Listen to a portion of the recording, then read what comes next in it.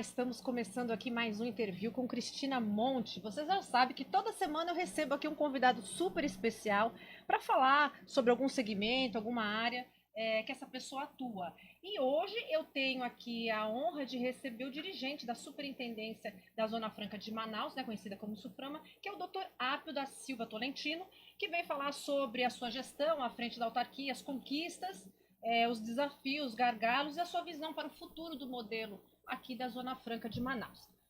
Estamos vivendo um período de transformação na política do país e, consequentemente, dos estados. Inclusive, a gente já, até aqui para Manaus, já foi anunciado o coronel Armando Menezes para assumir a Suframa, mas ainda não saiu a nomeação. É um novo ciclo que se inicia aqui na história do Amazonas. Portanto, acredito que seja um momento muito bom para o doutor Apio conversar aqui com a gente, falar um pouco aí da sua carreira aí, desse momento que ele passou aí mais de 1 ano e meio à frente da Suframa. Então, vamos lá. Boa tarde, seja bem-vindo, Apio. Boa tarde, Cris. Boa tarde a todos que estão nos assistindo, pessoal do estúdio. É um prazer muito grande estar no programa, estar no Jornal do Comércio. Muito bem, a gente que agradece muito o senhor ter conseguido o espaço junto com a sua diretoria de comunicação, com os assessores, a gente agradece aqui também em público, para viabilizar a sua agenda, para o senhor poder estar aqui hoje à tarde, um dia muito chuvoso aqui em Manaus, a gente quase teve que pegar canoa para chegar aqui, mas graças a Deus já estamos aqui no estúdio do Amazon Play TV, junto com o Jornal do Comércio, que é a nossa parceria aqui, estamos gravando aqui ao vivo no estúdio do Amazon Play TV. O tempo é curto, os assuntos são muitos, mas dentro do possível a gente vai tentar aqui pegar alguns pontos que eu acho que são mais fundamentais. Eu gostaria de iniciar perguntando para o senhor, qual foi o seu maior desafio à frente da sua... Primeiro, vencer a barreira daquelas pessoas que não conheciam o meu trabalho, porque eu nunca fui de estar na mídia, embora tivesse muitos anos de experiência na área de desenvolvimento econômico, na verdade, 32 anos. O meu segundo grande desafio foi um trabalho de mudança de mentalidade de toda a nossa equipe, valorosa equipe da Suprama, para entendermos que o órgão precisa ser desburocratizado, que o órgão não é o ator principal dessa festa, mas sim um facilitador do desenvolvimento da indústria. E, por fim, criar programas que levassem ao desenvolvimento regional.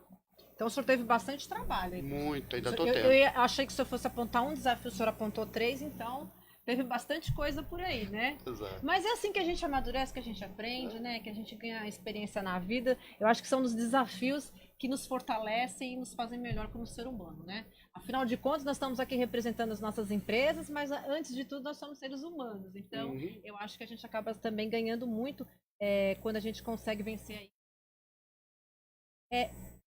Eu vou perguntar o seguinte: o setor industrial local está apreensivo com a política liberal do Paulo Guedes, que vai contra em questão dos fomentos, né? Como há pouco nós falamos aqui nos bastidores, que o senhor não vê como incentivos fiscais, mas até uma questão e tal.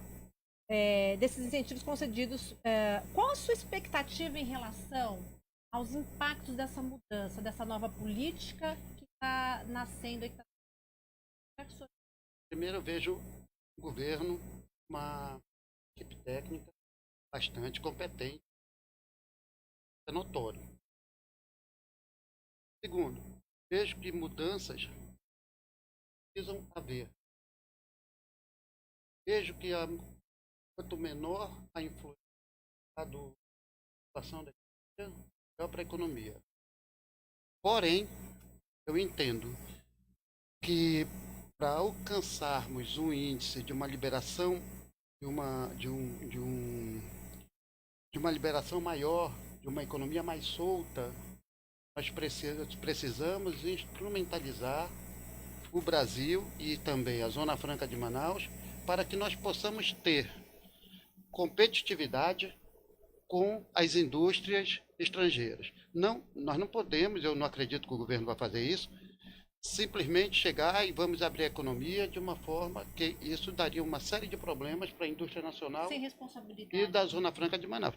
Tem que instrumentar, tem que preparar O também. que o senhor fala desse preparo? Qual é essa preparação que o senhor entende?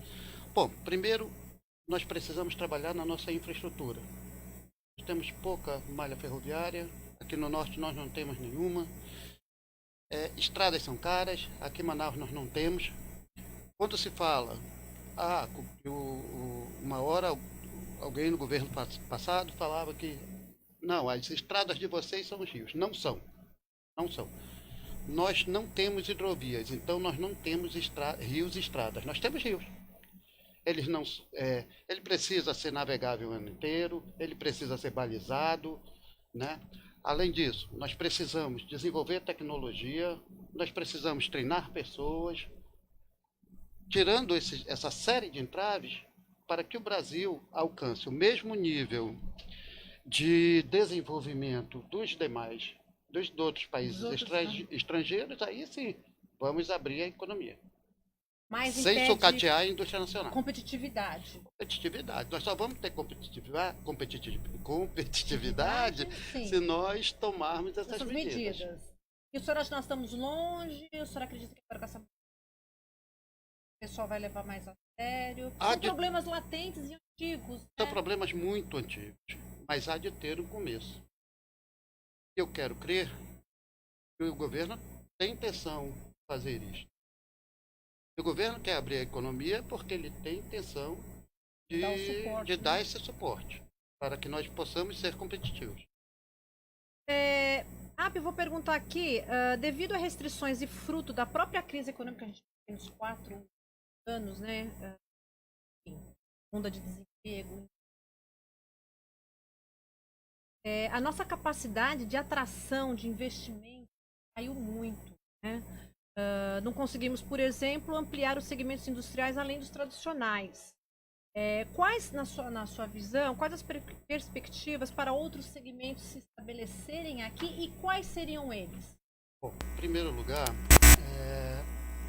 a SUFRAMA criou, na nossa gestão, e apresentou e aprovou no Conselho, na reunião de paz, um programa de atração de investimentos, que eu já fazia quando estava no Estado. E nós estamos em fase de finalização desse programa, identificando quais são os maiores fornecedores de componentes para o Brasil, em termos de produtos acabados no Brasil, e daí nós precisamos criar missões conjuntas, SUFRAMA, governo do Estado, agências de desenvolvimento, todo mundo junto. Prepare esse case e vamos até essas empresas que exportam para a Zona Franca de Manaus e vamos mostrar, olha, a porta do Brasil para a indústria é a Zona Franca de Manaus, por isso. Nós temos competitividade por isso. E precisamos demonstrar fundamentalmente que nós temos segurança jurídica. A Zona Franca é o único modelo que está na Constituição, que nos garante conceder esse tipo de isto é fundamental. O senhor puxa esse assunto por causa da questão que a gente viveu aí da Pepsi, químico também. Aquilo foi uma coisa que me deixou muito temeroso. Porque eu sei que os incentivos precisam ser revistos, eu sei. Mas nós não temos, o povo do Amazonas não pode abrir mão da segurança jurídica. O modelo Zona Franca de Manaus. É muito perigoso. Porque se você mexe no crédito de Estado, amanhã você mexe em qualquer outro. Tá certo? Eu acho que tem que ser revisto. Fazer estudos que o governo federal está fazendo, que o governo estadual acredito que vai fazer também, porque a legislação que rege os incentivos do Estado na Zona Franca de Manaus, ela tem vigência até 2023. Ele vai precisar fazer uma nova lei para os próximos 50 anos. E aí eu espero que nesses 50 anos, todo esse modelo de concessão seja revisto, porque é o que eu costumo falar o seguinte, o incentivo Cris, ele não foi feito para enriquecer empresário. Certíssimo. Ele foi feito só para dar uma isonomia entre quem produz na, na Zona Franca de Manaus e na Amazônia, quem produz nas outras regiões, perto dos grandes centros consumidores. É porque nós temos um problema de logística antes dos. Tá. Então, Nada mais geograficamente, além né? disso seria justo ou seria dar um tratamento econômico. Então, incentivo fiscal é aquela medida da compensação das nossas dificuldades regionais. Certo? Mas também não basta só a Zona Franca, não. Apesar da tristeza, dessa tristeza enorme, dos acidentes que ocorreram em Mariana 3 anos atrás e agora em Brumadinho, nós não podemos nos furtar de extrair a riqueza que nós temos em mineração, com responsabilidade, Claro. com cobrança, Sustentabilidade. com enfim. cobrança dos responsáveis, com sustentabilidade. Nós não podemos deixar de explorar as nossas áreas de manejo florestal. Até porque o povo está pagando por isso, né? Tá A gente tem uma pagando, população tá aí pagando. na educação, Agora, na saúde. agora nós também não podemos abrir mão da nossa qualidade ambiental, que essa é a nossa maior essa moeda Mundial, no contexto né? mundial. No contexto No mundial. contexto mundial. Se você degrada o meio ambiente aqui no Amazonas de forma muito radical, tem que tomar cuidado, porque isso coloca em risco, me desculpe, mas a própria integridade do território nacional e da soberania brasileira. Com É certeza. assim que eu penso. Tá, eu estou aprendendo aqui hoje, confesso que estou aprendendo muito, mas eu acho bem racional e o caminho me parece bem claro. Então, o senhor acha que até 2023, devido à lei, vai continuar tudo do jeito que está, mas que a partir daí, para os próximos 50 anos, que seria o momento de fazer as mudanças, as implementações. Exato, enfim. principalmente na questão dos incentivos do Estado do Amazonas, porque são incentivos concedidos a prazo certo. E a doutrina é bem rica, bem consolidada, no sentido de que incentivo concedido a prazo certo é imutável. Você não muda o jogo no meio da regra do jogo.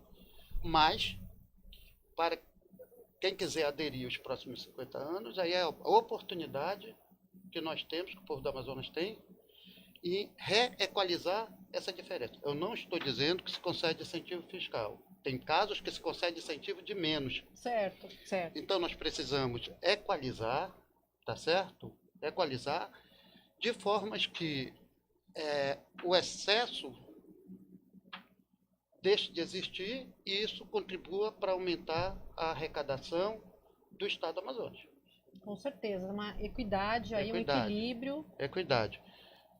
Eu vejo por aí. Muito bem. Nós vamos para um rápido intervalo, mas a gente volta já já aqui com o Dr. Apio Tolentino, que é o superintendente da Zona Franca de Manaus. Até já. Manaus tem a tradição de receber bem seus turistas, assim como o Da Vinci Hotel. Com uma localização privilegiada, a poucos metros do maior shopping da cidade e amplo espaço para eventos empresariais e social, o Da Vinci Hotel é sinônimo de conforto e bons serviços. Em Manaus, hospede-se no Da Vinci Hotel. Há 50 anos, a indústria amazonense está fortemente presente na vida da gente. Ela produz os sabores, a energia e a tecnologia que nos permite seguir e repetir a nossa rotina com mais praticidade e conforto. A indústria possibilita o sustento de 600 mil pessoas em nosso estado. É ela a responsável por 50% de toda a riqueza gerada no Amazonas. Saibam que é a indústria amazonense que mantém e administra o sistema Federação das Indústrias do Estado pelo SESI, SENAI e IEL. A FIEAM defende os interesses da indústria. O SESI promove a educação, saúde e segurança do trabalhador. O SENAI oferece cursos profissionalizantes e tecnologia. O IEL promove o estágio, capacitação empresarial e inovação. Sistema FIEAM. Há mais de 60 anos contribuindo para o fortalecimento da indústria amazonense.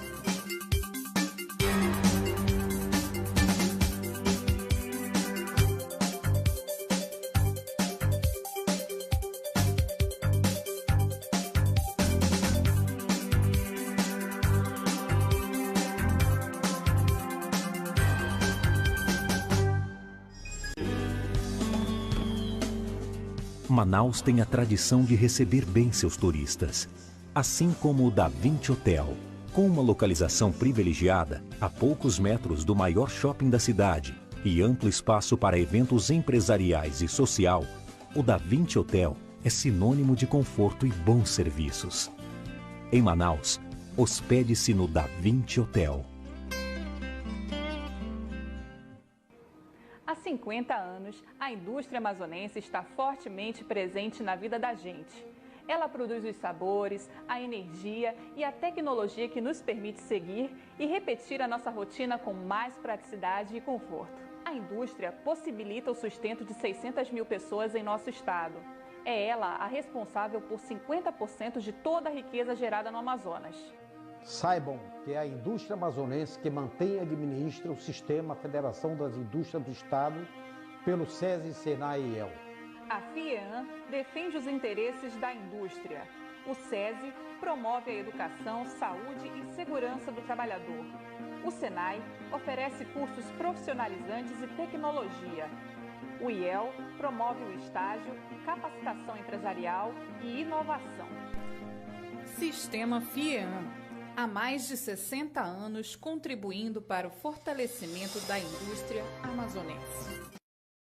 Olá, gente, eu estou voltando aqui com o Apio Tolentino, que é o superintendente da Superintendência da Zona Franca aqui de Manaus, a SUFRAMA, e a gente vai continuar aqui a entrevista, que nós estamos conversando aqui, batendo um papo, falando um pouco sobre o modelo da Zona Franca, e eu vou passar aqui para outra pergunta para o Apio. Apio, é o seguinte, nós passamos as últimas décadas vivendo economicamente graças a esse modelo da Zona Franca aqui de Manaus. Num ambiente riquíssimo em biodiversidade, né? A gente acabou de falar isso no bloco anterior, e potencialidades regionais enormes, mas o que falta para a gente conseguir desenvolver uma outra matriz econômica? Olha, a ampliação da matriz econômica, ela passa por vários fatores, tá certo? Primeiro, nós temos a questão da biodiversidade, a questão do agronegócio. Nós precisamos conversar muito com as pessoas que produzem pesquisa, que fazem pesquisa. Nós precisamos conversar com o Embrapa, nós precisamos conversar com o INPA, com o próprio CBA. E as primeiras reuniões, quando eu entrei na SUFRAMA, logo nos primeiros dias, eu me reuni com o pessoal da academia e dos órgãos de pesquisa, no sentido de estreitar esse laço. Né? São muitas coisas, os recursos são poucos, mas é necessário fazer isso. Teve algum desdobramento essa... Nós tivemos aquele Esse problema encontro. com o CBA, que só agora foi um Exatamente, esforço enorme para conseguir exatamente. a personalidade jurídica do CBA, que nós conseguimos, né? Que o CBA vai poder agora receber recursos e tal. Mas o ponto é o seguinte, o pesquisador, o mundo dele é ali, é o laboratório dele. Ele fala, o pesquisador não mostra o seu serviço, não mostra o seu trabalho. Quem tem que ir atrás do trabalho do pesquisador somos nós, os órgãos de desenvolvimento.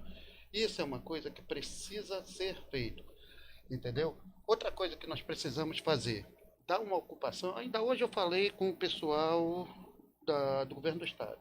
Nós precisamos fazer um trabalho, porque nós temos aquela área lá do distrito agropecuário, que não é pequena, são 62% da área do município de Rio Preto da Eva, tem mais aquela da BR-174. Nós precisamos fazer um projeto para aquilo.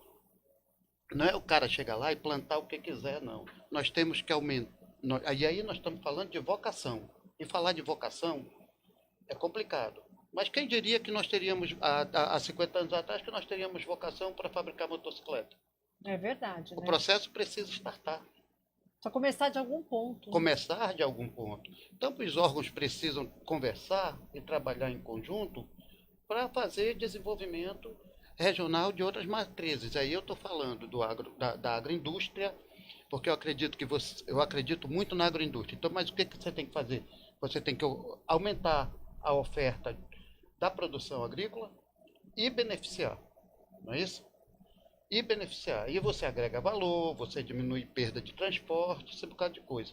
Precisamos muito mesmo atrair empresas para cá. E aí a legislação precisa ser mudada. E eu acho que o governo federal está com essa intenção, para que nós possamos explorar os nossos minérios que estão no subsolo, e o subsolo é da União, tá certo? Então nós precisamos fazer a exploração mineral. Nós precisamos beneficiar, tratar a nossa riqueza mineral internamente. Aqui nós temos energia, nós temos gás, nós temos vizinhos que já fazem exploração mineral. Por que, ao invés de mandar para fora a commodity, por que nós não beneficiamos? Eu mando para fora o minério de ferro e compro de volta o Beneficiado produto com preço lá em cima. E aí não dá, eu gero emprego fora. Então, precisa política industrial, política de desenvolvimento muito bem definida. E vamos fazer o seguinte, o plano é esse, né? E vamos desenvolver. Além disso, a conscientização. Pouca gente conhece os incentivos que a SUFRAMA oferta. Eu criei na minha gestão alguns programas. Já te falei do Atração de Investimentos, eu criei o projeto SUFRAMA nos municípios, porque o povo do estado do Amazonas não conhece os incentivos que a SUFRAMA oferta. Eu tive em Altazes, já tive em Tabatinga, já tive em outros municípios, com a minha equipe técnica, falando dos incentivos que a SUFRAMA pode conceder a eles, que eles podem ter. Eles não tinham porque não sabiam. O cara comprava máquina sem nenhum benefício. Puxa comprava vida. carro aqui sem nenhum benefício, porque não tinha cadastro na SUFRAMA. Eu cheguei no município, Altazes tinha 3 cadastrados. Saí de lá com 17 e veio mais um tanto, acho que 20 e poucos, com cadastro para serem analisados na SUFRAMA. E assim nos outros.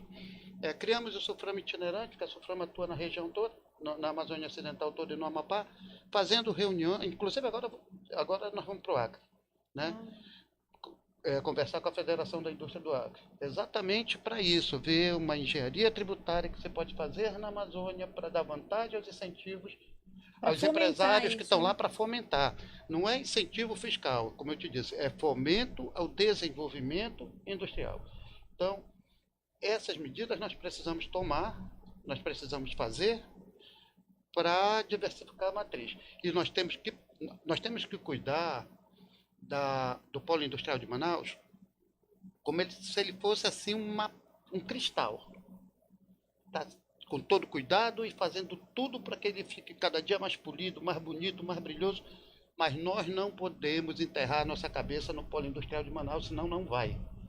Nós não aguentamos mais esse modelo. Exatamente, a minha ideia quando eu perguntei era essa mesmo, continua o polo, fortalece o polo, o desenvolvimento industrial, nós estamos aí diante de uma indústria 4.0, que é uma revolução, nós estamos vivendo essa 4ª revolução industrial, isso é super importante, mas isso não vai contra a gente desenvolver outros aspectos, tantas riquezas que nós temos, como o senhor citou, o minério, enfim, toda essa potencialidade, e principalmente, né, Apio, para o interior do estado, que a gente tem uma população pobre, que vive em uma situação realmente muito precária na saúde, na educação, e que são populações que acabam vivendo à mercê da sociedade, né, muitas vezes também. Cris, semana passada eu fui visitado por 2 embaixadores, o embaixador da Coreia do Sul e o embaixador do Chile, todos preocupados com a Zona Franca. Mas o embaixador da Coreia do Sul, ele estava comentando comigo que ele tem interesse de outras fábricas aqui. Tem aqui a LG, tem aqui posso falar o nome? Pode, fica à vontade. Tem aqui a LG, tem aqui a Samsung. Ele quer trazer novas empresas, ele está muito interessado na questão da biodiversidade, né? E eu acho que a SUFRAMA, a equipe técnica da SUFRAMA, tem que já fazer um programa de atração de investimento, falar com o embaixador.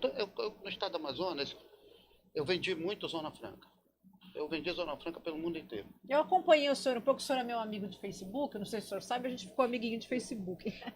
E eu acompanho muito, eu vejo muito os seus encontros, as suas missões, as suas reuniões. Eu realmente destaco isso, que é uma coisa visível aí desse tempo que o senhor esteve à frente, sempre viajando. Mas mesmo no governo do estado, que eu fiz mais esse trabalho de atração de investimento, nós fizemos atração de investimento na China, no Japão, na Coreia, em vários lugares.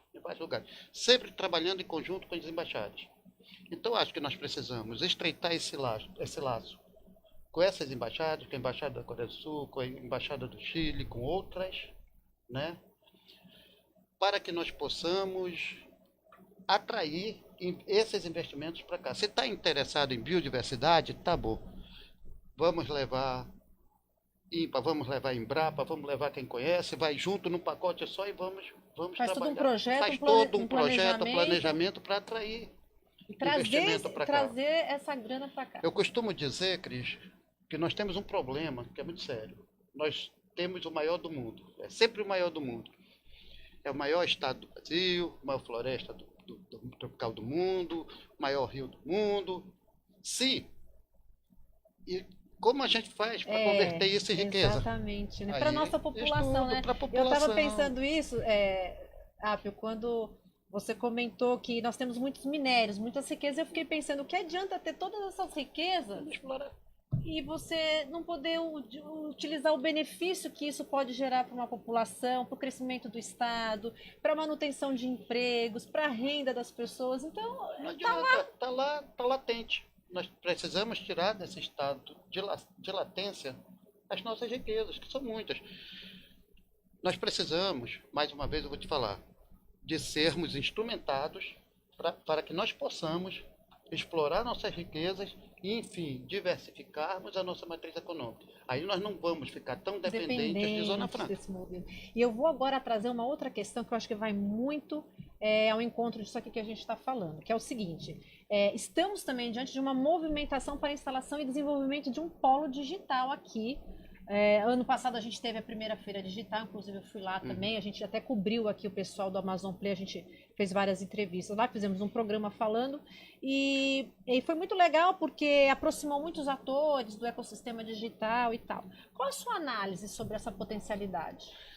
Olha, se nós conseguirmos avançar tecnologicamente para termos um polo digital aqui, melhor dos mundos, ótimo. Porque esse é um segmento que tende no mundo inteiro, onde ele aparece, ele cresce, é um gerador de riqueza, não é? Gerador de riqueza, gerador de tecnologia e que gera tecnologia para outros segmentos. Então, isso é uma coisa que nós precisamos nos dedicar, minha equipe econômica, inclusive, trabalha muito nisso, estava lá no evento, e precisamos trabalhar muito sério para ter planejamento para atrair investimentos nessa área. Inclusive americanos. Maravilha, porque eu acho que é mais uma potencialidade que a gente pode aí desenvolver, usufruir, e justamente por causa da indústria 4.0 tem tudo a ver, né? Ninguém vai fugir da indústria 4.0. Nós estamos atrasados demais. Muito. Nós estamos ficando lá no vácuo, lá para trás, mas a gente precisa tirar esse atraso no ar, né? Que nem voo, né? Quando atrasa, a gente vai tirar a diferença no ar. Mas tem um programa que estava na alçada do Ministério do Desenvolvimento, Indústria e Comércio Exterior, juntamente com a Sulframa, que agora está no Ministério da Economia. Eu não sei se está no Ministério da Economia ou no Ministério do Desenvolvimento, porque ainda está nessa fase de transição, né? Mas exatamente tratando de indústria 4.0. Aqui mesmo, na Zona Franca de Manaus, você tem empresas que têm linhas de indústria 4.0, né? E você vê a diferença. Número reduzido de empregados, mas um nível avançadíssimo de tecnologia. E a tendência é essa, e nós não precisamos ter medo da indústria 4.0. Por quê? É uma realidade. É uma realidade. Os empregos que deixarão de ser gerados, os empregos não especializados, que deixarão de ser gerados no chão de fábrica hoje, por causa da indústria 0.0, a indústria 0.0 vai produzir mais, a custo gastando mais barato, menos, gastando menos, otimizando e os recursos. esses produtos precisam ser vendidos. Esses empregos vão migrar para a área de serviço. E, inclusive, acredito que ampliar. Que maravilha. Agora, falando mais ou menos aí nessa questão da mão de obra, eu vou fazer uma pergunta aqui justamente em relação a isso. Diante da indústria 4.0, precisaremos capacitar mão de obra, né, para atendimento a essa nova fase tecnológica que a gente está vivendo. Qual é a sua opinião em relação a essa questão de RH, né, da mão de obra? Porque vem muita gente de fora, nós temos uma educação que deixa muito a desejar ainda, a gente sabe disso. Precisamos qualificar.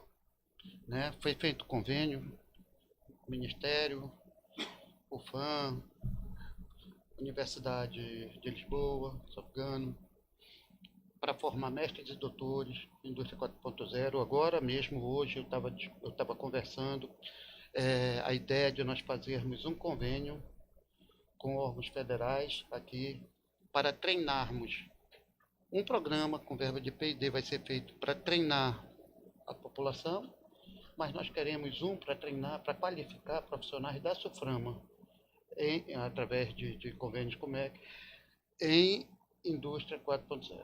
Nós precisamos treinar pessoas. É uma realidade. É uma né? realidade. Não tem como fugir mais, né? Não dá para fugir isso, mas tem que treinar. Eu te falei, se não treinar, vai vir de fora. É o tal negócio, né? Por que adianta a gente ter uma tecnologia muito desenvolvida se a gente não tem capacitação humana do ser humano para poder gerenciar toda essa tecnologia? Eu vou te falar uma coisa. Assim, eu sou fã da UEA. Eu fui professor da UFAM e eu sou fã da UFAM, mas eu sou fã demais da Para UEA. ninguém ficar com ciúmes, olha, eu tô falando, o AP gosta da UEA e gosta da UFAM. Mas a UEA é mantida por quem? É mantida pelo Distrito Industrial. Então ela tem que centrar, na minha opinião, ela tem que dar atenção à formação de profissionais que possam ser utilizados por quem a banca. Mais voltados para esse segmento. Exatamente, profissionais voltados para a indústria e principalmente para a indústria 4.0.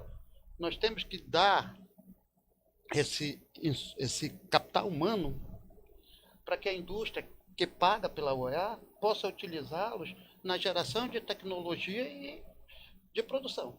Muito bem. Nós estamos partindo para o final. Eu gostaria de ficar aqui a tarde inteira conversando com o Apio. É uma delícia aqui as informações que ele trouxe, o nosso bate-papo aqui, mas a gente sabe que ele tem uma agenda muito apertada. Mas eu vou para uma última perguntinha aqui de bastidor, que eu estou bem curiosa. O que o Apio vai fazer depois que sair da SUFRAMA? Quais são os seus planos pessoais ou profissionais? Quando eu brinco com meus amigos, eu costumo dizer o seguinte: eu não estou desempregado. Eu sou servidor público de carreira, não é? Há 32 anos, na CEPLAN. Engenheiro, advogado. Sou engenheiro, sou advogado tributarista, mestrando em Direito Constitucional. Eu vou me aposentar do Estado, obviamente, vou passar minha quarentena, fazer tudo bonitinho, tudo legal. E vou advogar e vou prestar consultoria empresarial, que é o que eu sei fazer. Maravilha. Então eu desejo sucesso aí na nossa nova fase de vida aí. Gente, eu vou ficando por aqui. Você assistiu aqui o interview com Cristina Monte, hoje recebendo o Apio da Silva Tolentino, que é o superintendente da SUFRAMA. Foi um prazer aqui conversar com você, Apio. Muito obrigado pela sua presença. Eu deixo um abraço para todos vocês e até quarta-feira que vem, que eu estarei de volta com outra pessoa aqui para falar com a gente no programa. Abraço e até mais. Agora a gente vai.